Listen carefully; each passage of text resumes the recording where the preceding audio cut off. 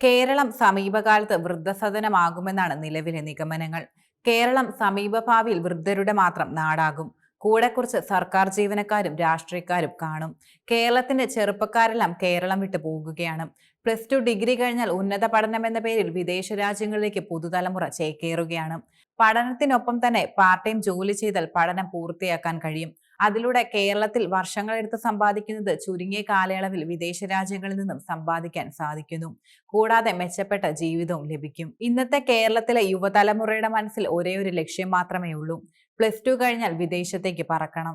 ഇവിടെ ഉയരുന്ന ചോദ്യങ്ങൾ: കേരളം ലക്ഷങ്ങൾ ചിലവഴിച്ച് പഠിപ്പിച്ച കുട്ടികൾ സ്വയം നിൽക്കാൻ പ്രാപ്തരാകുമ്പോൾ വിദേശ രാജ്യങ്ങളിലേക്ക് പോകുന്നത് തെറ്റല്ലേ എന്നാണ്. ഈ ചോദ്യം ന്യായമാണ്. എഞ്ചിനീയറിംഗ്, MBA തുടങ്ങിയ കോഴ്സുകൾ കേരളത്തിൽ കഴിഞ്ഞാൽ ഇവിടെ ഫുഡ് ഡെലിവറി ചെയ്യുന്ന ജോലികൾ മാത്രമേ ചെയ്യാൻ കഴിയൂ. എന്നാൽ അതിൽ നിന്നും ലഭിക്കുന്നതോ നിസ്സാരമായ തുകയും. 2ഉം 3ഉം ഡിഗ്രിയും PGയും PhDയും ഉള്ളവരാണ് സർക്കാർ ഓഫീസുകളിൽ ക്ലർക്ക് ജോലി ചെയ്യുന്നത്. ശാസ്ത്രമേഖലയിൽ ഗവേഷണം നടത്തിയവർ കേരളത്തിൽ സ്വകാര്യ ലാബുകളിൽ ലാബ് ടെക്നീഷ്യന്മാരായി ജോലി ചെയ്യുന്നു. ഒന്നിലേറെ വൈറോളജി ലാബുകളും സയൻസ് പാർക്കുകളുമുള്ള നമ്മുടെ കേരളത്തിൽ ലൈഫ് സയൻസിൽ ബിരുദാനന്തര ബിരുദം ഉള്ളവർ സ്വകാര്യ ലാബുകളിൽ ജോലി ചെയ്യുകയാണ്. കേരളത്തിൽ വൈറോളജി ലാബ് ഉണ്ടെങ്കിലും നിപ്പ വൈറസ് ബാധ സ്ഥിരീകരിക്കണമെങ്കിൽ പോലും പൂനെയിലെ വൈറോളജി ലാബിൽ പരിശോധന ഫലം വരേണ്ട അവസ്ഥയാണ്. ഓരോ വർഷവും കേരളത്തിൽ ഓരോ കോഴ്സുകൾ പഠിച്ചിറങ്ങുന്ന വിദ്യാർത്ഥികൾക്ക് ബാങ്ക് കോച്ചിങ്, ഫുഡ് ഡെലിവറി എന്നിങ്ങനെയായി ജീവിതം ചെലവഴിക്കുകയാണിപ്പോൾ. കേരളത്തിലെ നിലവിലെ സാഹചര്യത്തിൽ ജോലി ഉറപ്പുള്ളത് മെഡിസിൻ പഠിക്കുന്നവർക്ക് മാത്രമാണ്. കേരളത്തിൽ ഏറ്റവും മികച്ച ബിസിനസ് എന്നത് ആതുര സേവനവും ആത്മീയതയും മാത്രമാണെന്ന് പറയാം. പ്രായമായാൽ ഒന്ന് മരിക്കണമെങ്കിൽ പോലും ലക്ഷങ്ങളാണ് കേരളത്തിൽ ചിലവഴിക്കേണ്ടി വരുന്നത്. കേരളത്തിലെ ഈ സാഹചര്യത്തിൽ നിന്ന് വേണം യുവതലമുറയുടെ വിദേശ രാജ്യത്തേക്കുള്ള കുടിയേറ്റം വിശകലനം ചെയ്യാൻ.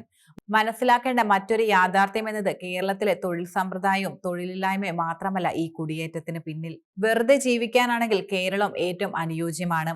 ഒരു BPL റേഷൻ കാർഡും തൊഴിലുറപ്പ് കാർഡും സൗജന്യമായി വാങ്ങാനൊരു മനസ്സുമുണ്ടെങ്കിൽ കേരളത്തിൽ പട്ടിണി കിടക്കാതെ ജീവിക്കാൻ കഴിയും. ആധുനിക കാലത്തെ യുവതലമുറയ്ക്ക് ഈ അടിമത്ത ജീവിതമല്ല വേണ്ടത്. മെച്ചപ്പെട്ട ജീവിത നിലവാരവും നല്ല നിലയിലുള്ള വരുമാനവുമാണ് യുവതലമുറ ആഗ്രഹിക്കുന്നത്. ഈ ഘടകമാണ് യുവതലമുറയെ വിദേശ രാജ്യങ്ങളിലേക്ക് ചേക്കേറാൻ പ്രേരിപ്പിക്കുന്നതും. കൂടാതെ വിദ്യാഭ്യാസത്തിന് ചേർന്ന ജോലി കേരളത്തിൽ ലഭിക്കാത്തതും വലിയൊരു ഘടകമാണ്. തിരുവനന്തപുരത്ത് അവസാനമായി നടന്ന ലോക കേരള സഭയിൽ കേരള കുടിയേറ്റ സർവേ റിപ്പോർട്ട് അവതരിപ്പിക്കുകയുണ്ടായി. കേരളത്തിൽ നിന്നും വിദേശത്തേക്ക് കുടിയേറുന്ന വിദ്യാർത്ഥികളുടെ എണ്ണത്തിൽ ഗണ്യമായ വർധനമുണ്ടായെന്ന് ഈ റിപ്പോർട്ട് ചൂണ്ടിക്കാണിക്കുന്നുണ്ട്. ഈ റിപ്പോർട്ട് തയ്യാറാക്കിയത് Gulati institute of finance taxation ആണ്. International institute of migration and ഡെവലപ്മെന്റിന്റെ സാങ്കേതിക സഹായവും ഈ റിപ്പോർട്ടിന്റെ രൂപീകരണത്തിൽ ഉണ്ടായിരുന്നു. കൂടാതെ 1998 മുതൽ എല്ലാ വർഷം കൂടുമ്പോൾ കേരള മൈഗ്രേഷൻ സർവേ റിപ്പോർട്ട് തയ്യാറാക്കുന്നുമുണ്ട്. കേരളത്തിലെ 14 ജില്ലകളിൽ നിന്നും 77 താലൂക്കുകളിൽ നിന്നും 20,000 വീടുകളെ സാമ്പിളായി എടുത്താണ് വിവരശേഖരണം നടത്തുന്നത്. ഈ സർവേയിൽ സംസ്ഥാനത്തെ കുടിയേറ്റ രീതിയിലുള്ള ആഴത്തിലുള്ള വിശകലനം ഉൾക്കൊള്ളുന്നു.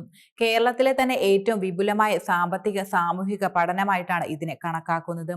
എല്ലാ പ്രാവശ്യമുള്ള റിപ്പോർട്ടിൽ നിന്നും വ്യത്യസ്തമായി ഈ പ്രാവശ്യത്തെ റിപ്പോർട്ടിൽ ചില മാറ്റങ്ങൾ ഉണ്ടായിരുന്നു. അതിലെ പ്രധാന മാറ്റം നാട്ടിലേക്ക് വരുന്ന പ്രവാസികളുടെ എണ്ണത്തിൽ ഗണ്യമായ വർധനവുണ്ടായിരുന്നു എന്നതാണ്.